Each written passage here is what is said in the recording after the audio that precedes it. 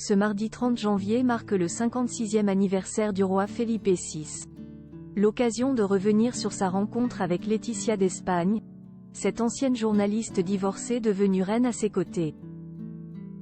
Le roi Felipe VI d'Espagne célèbre ce mardi 30 janvier ses 56 ans. À cette occasion, FR a souhaité revenir sur son histoire d'amour avec sa femme Laetitia, digne des plus beaux contes de fées. Le couple royal, qui a donné naissance à 2 filles, Léonore et Sophia, et célébrera le 22 mai prochain ses noces de porcelaine, s'était dit « oui » pour la vie il y a plus de 19 ans dans la somptueuse cathédrale de l'Almudena, à Madrid. Mais revenons un peu en arrière. Felipe et Laetitia se sont rencontrés chez des amis communs. La jeune femme d'alors 30 ans était fraîchement divorcée et venait de trouver un appartement dans le quartier madrilène de Moratalla. L'héritier de Juan Carlos, lui, venait d'emménager dans une aile du palais de la Zarzuela. Rien ne les prédestinait donc à se rencontrer ou même à se comprendre, et pourtant. Felipe et Laetitia ont bien eu un aparté. Entre le salon et la terrasse, ils auraient ainsi évoqué leur déménagement respectif et conditions de vie. Il faisait beau à Madrid en cette fin de journée d'octobre 2002. Pedro Erquicia, le journaliste de la télé espagnole qui les recevait chez lui, discutait avec ses convives sur la terrasse un verre à la main. Parmi eux se trouvait le réalisateur Manolo Rubio qui, ne voulant pas arriver seul, avait proposé à sa consoeur de TVE, Laetitia Ortiz Rocasolano, de l'accompagner. Plus grand que photo Laetitia d'Espagne. Voici les looks de reine les plus osés de la quinquagénaire. Une première rencontre si discrète, aucun convive, ce soir-là, n'avait deviné quoi que ce soit. Reste qu'il y a toujours un avant et un après, et que ce fut là, chez ses amis, que Laetitia et Felipe se sont croisés la première fois. 1 an et demi avant de s'unir devant Dieu et 1600 invités, le 26 avril 2004 dans la cathédrale Santa Maria de la Almudena. Quelques semaines après leur rencontre, Laetitia Ortiz suivait, d'un point de vue journalistique, la préparation du plus prestigieux prix espagnol, le prix Prince des Asturies, qui récompense 8 talents, des arts au sport en passant par l'humanitaire. Depuis qu'il est adolescent, Felipe honore ce rendez-vous annuel. À l'âge de 12 ans, il y faisait d'ailleurs son premier discours. Rapproché par un drame maritime, il prit le temps de poser au milieu des techniciens et journalistes. Laetitia, dans son pull à col roulé gris, se tenait loin du géant, à l'extrême droite du groupe, le regard perdu, comme absente de la scène. « Tu ne veux pas être prise avec le prince ?» lui demanda-t-on. Elle resta muette. Que répondre, qu'expliquer, que quelque chose d'incroyable s'emparait d'elle?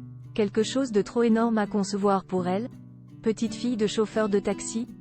C'est finalement en novembre 2002 qu'un drame va sceller leur futur. En ce jour gris et fatidique, les côtes de Galice se réveillent maculées par une gigantesque marée noire, qui endommagera le littoral français également jusqu'au sud de la Bretagne, mais rien de comparable avec le nord-ouest de l'Espagne où le pétrolier Le Prestige, malmené par la tempête, se vide de son fioul. Laetitia Ortiz, journaliste vedette de la TVE, arrive sur place pour couvrir l'événement. Felipe, pour constater les dégâts mais surtout partager l'émotion de ses compatriotes. Il y a beau avoir un micro entre eux, leurs cœurs battent déjà à l'unisson. Les origines roturières de Laetitia? Felipe s'en moque la suite, on la connaît. Sans la connaître, car rarement histoire d'amour a été menée avec une telle discrétion. Preuve, s'il en est, du sérieux des sentiments de Felipe pour la jeune femme. Ne rien dire, ne pas s'afficher trop vite, ne pas bousculer les choses, c'était la préserver, elle. Il y a un monde entre être une femme indépendante, libre, et devenir la très regardée fiancée et l'épouse d'un futur roi. Laetitia continue à habiter dans son modeste appartement, Felipe a honoré ses obligations de prince et même à sortir en boîte de nuit, fidèle à sa réputation de joli cœur. Les tabloïds lui prêtent quelques liaisons. Il laisse dire. Elle présente le journal de 21 h avec la rigueur qui la caractérise. Peut-être est-elle un peu plus discrète, un peu plus réservée. Amoureuse, possible. Mais de là à imaginer. En août 2003, il s'envole incognito en vacances en Amérique du Sud. Au retour, ils sont déterminés, ils feront leur vie ensemble. Reste un détail. S'il lui avait déjà annoncé « Je ne me considère pas comme tenu d'épouser une femme de sang et d'origine royale », ses parents ont toute autre idée sur l'hyménée d'un futur souverain, eux dont le mariage fut arrangé. De là à souhaiter le même sort à leur héritier, tout de même pas. Mais, entre un mariage de raison et un mariage d'amour avec une roturière, qui plus est divorcée, n'y a-t-il pas de la place pour un mariage raisonnable? Felipe met ses parents face à sa décision quand, le 5 octobre 2003, accent aigu coûtant que son courage, Felipe vient trouver le roi Juan Carlos et la reine Sophie pour leur annoncer que Laetitia serait son épouse. Eux, qui ignoraient cette liaison, tombent du haut de l'armoire.